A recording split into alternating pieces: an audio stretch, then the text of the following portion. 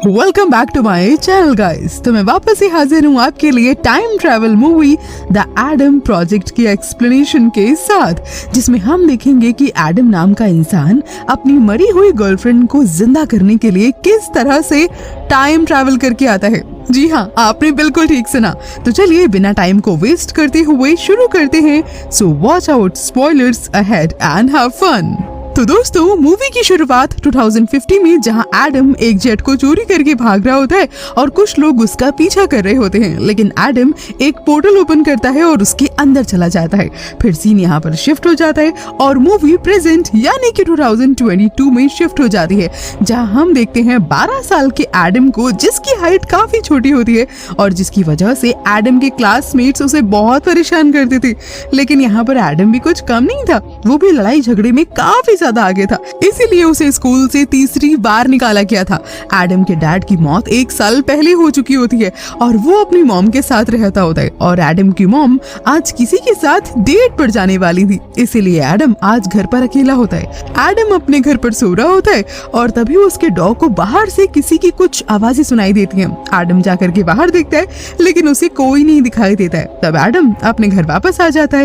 Adam जब अपने घर वापस आता है तो देखता है कि उसके गैराज में एक बड़ा वाला एडम यानी कि 2050 वाला एडम सोफे पर बैठा हुआ होता है। बड़ा वाला एडम एक्चुअली 2050 से टाइम ट्रैवल करके आया हुआ था, जो उसने पोर्टल खोला था उसी के थ्रू। छोटे एडम को भी कुछ पता नहीं होता है कि वो कौन है, इसीलिए वो डर के मारे एक बार उस पर हमला भी कर देता है। लेकिन यहाँ पर बड़े वाले एडम को एक्चुअली में गोली लगी हुई होती है और वो ट्रीटमेंट के लिए ही घर में आया था, और बड़े वाले एडम को सब पता होता है कि कौन सी चीज यहाँ पर कहाँ पर रखी हुई है। यहाँ तक कि उसे ये भी पता था कि इस घर का फ्रिज खराब है।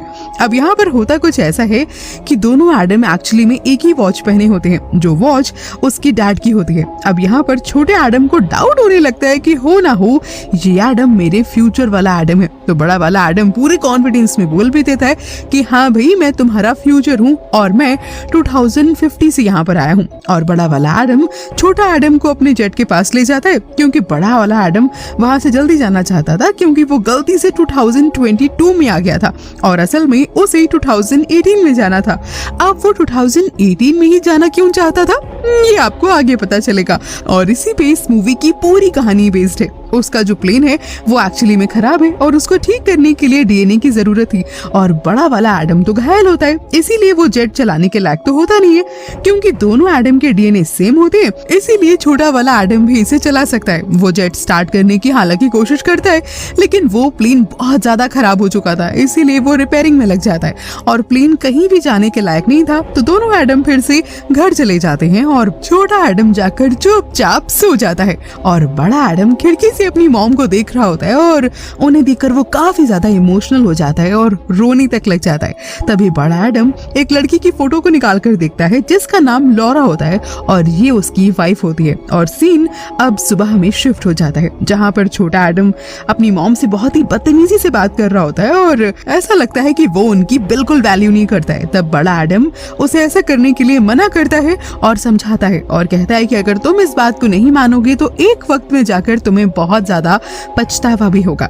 इसके बाद वो दोनों नियर बाय मेडिकल स्टोर पर जाते हैं, क्योंकि बड़े एडम को गोली लगी हुई थी। लेकिन रास्ते में छोटे एडम के स्कूल के कुछ लड़के मिल जाते हैं और उसे परेशान करने लगते हैं। तब बड़ा एडम उसे बहुत ही कामली समझाता है और मोटिवेट करता है कि देखो, हमें किसी भी सिचुएशन से ना घबराना नहीं चाहिए। लेकिन छोटा एडम यहाँ पर उसकी कोई बात नहीं सुनता और वहां से भाग जाता है। और ये देखकर बड़ा एडम हालांकि काफी ज्यादा दुखी होता है कि उसका जो बचपन था वो कितना अजीब सा था।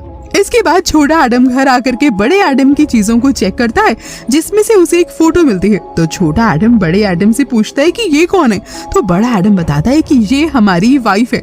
बड़ा एडम बताता है कि हमारे डैड ने एक टाइम मशीन बनाई थी और उनकी पार्टनर ने उनसे वो छीन लिया था, और उनकी वाइफ 4 साल पहले टाइम ट्रैवल करके कहीं जा रही थी और उसी दौरान उनकी मौत हो जाती है। जब मैं 2018 में जा रहा था तो उसे पहली बार देखा था, लेकिन मैं गलती से यहाँ 2022 में आ गया हूँ। अब मुझे जल्दी से जेट ठीक करके वापस से 2018 में जाना होगा, तभी मैं लॉरा से मिल पाऊंगा।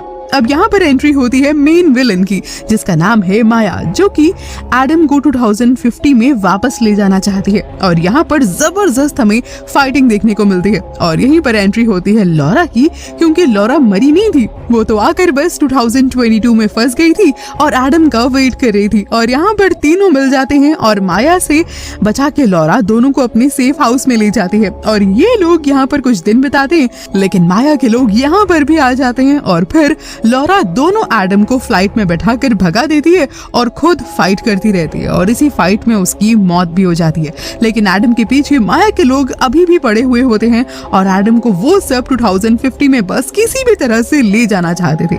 पर यहाँ फिर से एक बार पोर्टल ओपन होता है और ये दोनों पोर्टल में एंट्री कर जाते हैं। अब दोनों एडम 2018 में पहुंच जाते हैं जहाँ बड़े एडम को पहुंचना होता है। अब यहाँ पर एडम के डैड कॉलेज में लेक्चर दे रहे होते हैं और जैसे ही वो दोनों एडम को देखते हैं तो वो पहचान जाते हैं और तीनों में तभी यहाँ पर बातचीत होती है जहाँ पर बड़ा एडम अपने डैड को वार्न करता है कि आगे चल करके आपकी पार्टनर माया आपको धोखा देगी और जब आप टाइम मशीन बनाएंगे तो वो फ्यूचर में इसका गलत यूज करेगी और आपसे सब कुछ छीन लेगी। इसके बाद ये तीनों एक होटल में रुकते हैं जहां एडम अपने डैड को देखकर बहुत ज्यादा खुश था, क्योंकि जब एडम के डैड जिंदा थे तो वो एडम पर जरा भी ध्यान नहीं देते थे, हर वक्त बस काम ही किया करते थे। इसके बाद जब एडम के डैड घर पहुंचते हैं तो वो घर पर छोटे एडम के साथ बहुत अच्छे से बातें करते हैं और इसके बाद उसकी मॉम से भी बहुत अच्छे से पेश आते हैं। फिर अगली सुबह दोनों एडम हेडक्वार्टर्स पहुंच जाते हैं जहां टाइम मशीन रखी हुई थी, क्योंकि वो ये चाहते हैं कि वो टाइम मशीन का हार्ड ड्राइव ले लें और अगर वो हार्ड ड्राइव ले लेंगे तो टाइम मशीन एक्टिव ही नहीं होगी और अगर टाइम मशीन पास्ट में ही नहीं बनी तो फिर फ्यूचर भी नहीं होगा और एडम की वाइफ लॉरा भी कभी गायब नहीं होगी। तो एडम ने काफी दिमाग लगाकर ये प्लान बनाया था और यहाँ पर एक और जबरदस्त फाइट हमें माया के लोगों के साथ देखने को मिलती है। एडम को ये लोग मारने आते हैं, लेकिन एडम के डैड आकर के एडम को यहाँ पर बचा लेते हैं और तीनों अंदर जाकर टाइम मशीन से हार्ड ड्राइव निकाल लेते हैं, जिससे पूरा एडम प्रोजेक्ट खराब हो जाता है, यानी कि टाइम मशीन खराब हो जाती है। अब यहाँ पर आ जाती है दोनों माया।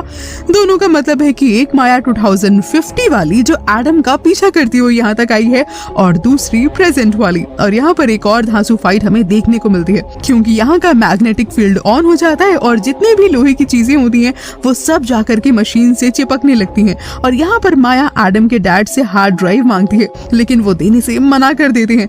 माया गुस्से में आकर के एडम के डैड पर गोली चला देती है, लेकिन गोली मैग्नेटिक फील्ड में होने की वजह से थोड़ी सी सीधी जाकर के फिर कर्व हो जाती है और प्रेजेंट वाली माया को लग जाती है।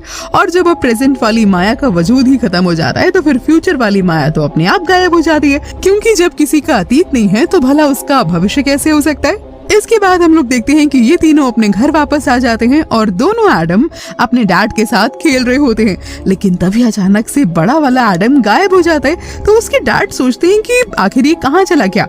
एक्चुअली में जब टाइम मशीन ही खराब हो गई तो भला फ्यूचर वाला एडम कैसे रह सकता है, उसका वजूद अपने आप ही खत्म हो जाता है, यानी कि सब अपने अपने टाइम में वापस चले जाते हैं। छोटा एडम अब अपनी मॉम से काफी रिस्पेक्ट से बात करता है और उनकी सारी बातें मानता था और अपनी मॉम को तभी जाकर वो हक भी करता है। फिर नेक्स्ट सीन अब 2018 का दिखाया जाता है, जहां एडम क्लास में बैठा होता है और लॉरा वहां पर आती है और यहाँ पर एडम ने लॉरा को पहली बार देखा होता है और यहीं से इन दोनों का प्यार भी शुरू होता है। और यही तो मूवी का मेन प्लॉट भी है, जहां एडम अपनी वाइफ को फ्यूचर से पास्ट में आकर के बचा लेता है और लॉरा अब गायब नहीं होगी, क्योंकि अब कोई टाइम मशीन ही नहीं है। और ये मूवी अब यहीं पर खत्म हो जाती है। आई नो कि ये मूवी थोड़ी सी कॉम्प्लिकेटेड है, लेकिन मैंने अपनी पूरी कोशिश करी है आप लोगों को ये मूवी सबसे आसान तरीके से बताने की। तो मैं उम्मीद करती हूँ कि आपको ये एक्सप्लेनेशन जरूर से अच्छा लगा होगा।